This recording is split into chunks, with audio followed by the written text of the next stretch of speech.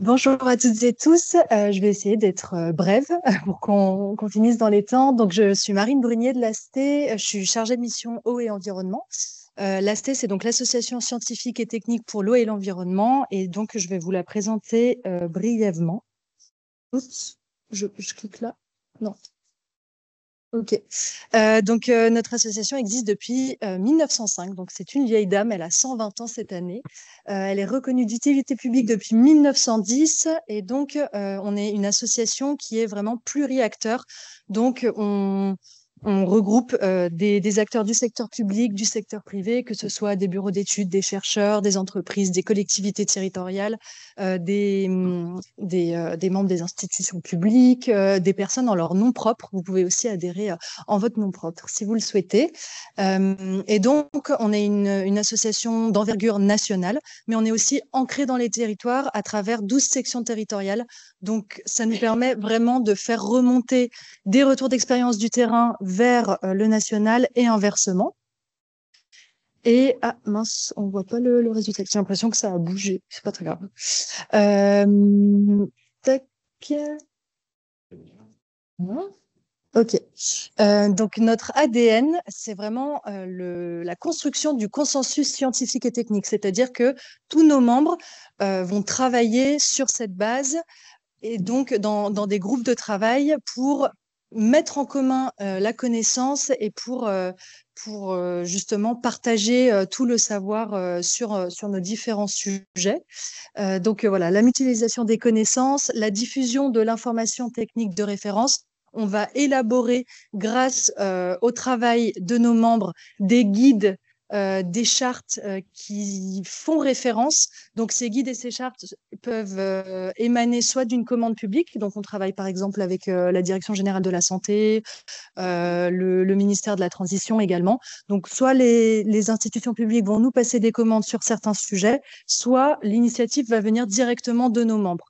Sur le sujet des PFAS, c'est venu directement de nos membres. On essaye d'embarquer aussi les acteurs les acteurs publics, des ministères, etc. avec nous, mais la création des groupes de travail dont je vais vous parler plus tard est vraiment à l'initiative de nos membres. Et donc, on a pour but vraiment de disséminer la connaissance qui est produite au sein de l'association à travers des événements, des webinaires, etc.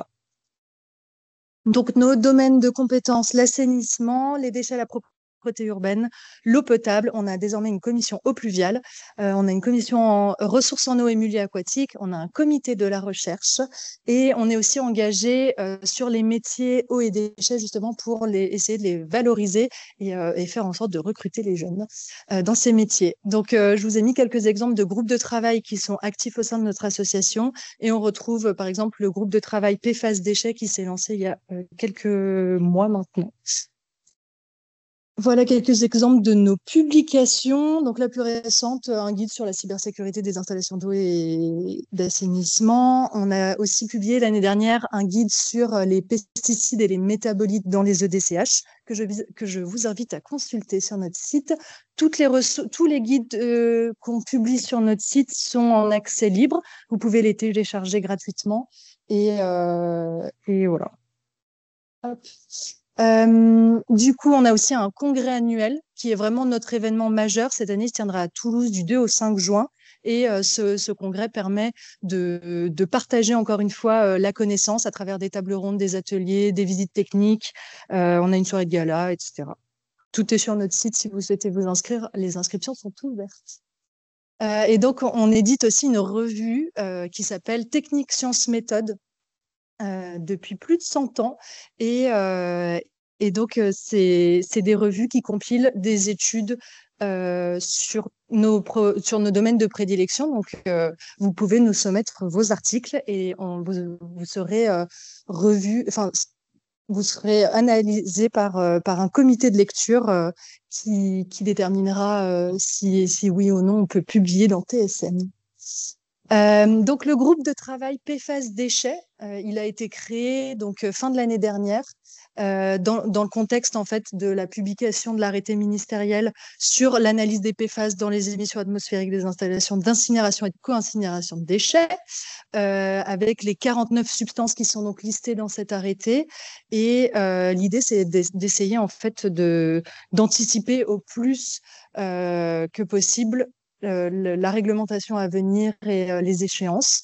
Et donc, ce groupe de travail est pluriacteur. Donc, on regroupe des entreprises, l'INERIS, la DGPR, la FNAD, le réseau Record, l'association Amorce. On a aussi des laboratoires d'analyse, des syndicats de traitement de déchets. Et donc, le groupe de travail est piloté par le SICTOM, par Claire Barra et Sophie Sissoko. Oups, pardon. Et en fait, dans la mesure où c'est un sujet quand même qui est assez nouveau en France, en tout cas, on a décidé de faire appel à un bureau d'études. Et donc, pour l'instant, on essaye de rédiger un cahier des charges. D'habitude, on ne fonctionne pas comme ça. C'est vraiment nos membres experts qui vont réaliser les études. Mais pour le coup, là, sur le sujet des PFAS, on va faire un appel d'offres pour voilà, déléguer à un bureau d'études. Et donc, le groupe de travail est en train d'élaborer un cahier des charges et s'est fixé 2 grands objectifs. Donc, identifier et caractériser les sources de PFAS dans les différentes matrices à travers une étude bibliographique, une revue réglementaire à l'échelle nationale et internationale, et souhaiterait également faire des propositions de substitution de ces molécules. Et le deuxième axe, ce serait d'identifier et caractériser les PFAS présents dans les différentes matrices. Les matrices à considérer, je vous les ai listées. Ça a l'air très ambitieux. On verra si on arrive à tout faire. Mais voilà, l'idée, c'est vraiment de regarder en fait dans tous les types de déchets où se trouvent les PFAS. On a aussi le sujet des PFAS qui a émergé dans le groupe de travail réduction des substances dangereuses dans l'eau avec un diagnostic en amont. Le GT est vraiment en train de se lancer et donc est vraiment à l'état de réflexion pour l'instant. L'idée, ce serait de réaliser une synthèse des références bibliographiques, de les commenter, peut-être d'en faire une analyse et en vue du projet d'arrêté sur les eaux en entrée et en sortie de stations d'épuration, d'élaborer des commentaires pour accompagner en fait les collectivités territoriales et voilà dans l'application de cet arrêté. Donc là, pour l'instant, on est vraiment dans la phase de lancement. Idem pour les boues, mais vu qu'on en a beaucoup parlé aujourd'hui, ça me permettra aussi de revenir vers certains d'entre vous pour sonder votre intérêt pour intégrer le groupe de travail qui essaye de capitaliser en fait sur toute la connaissance qui existe à ce jour. Et voilà, l'idée, c'est de faire un recensement de toute la connaissance qui existe sur le sujet.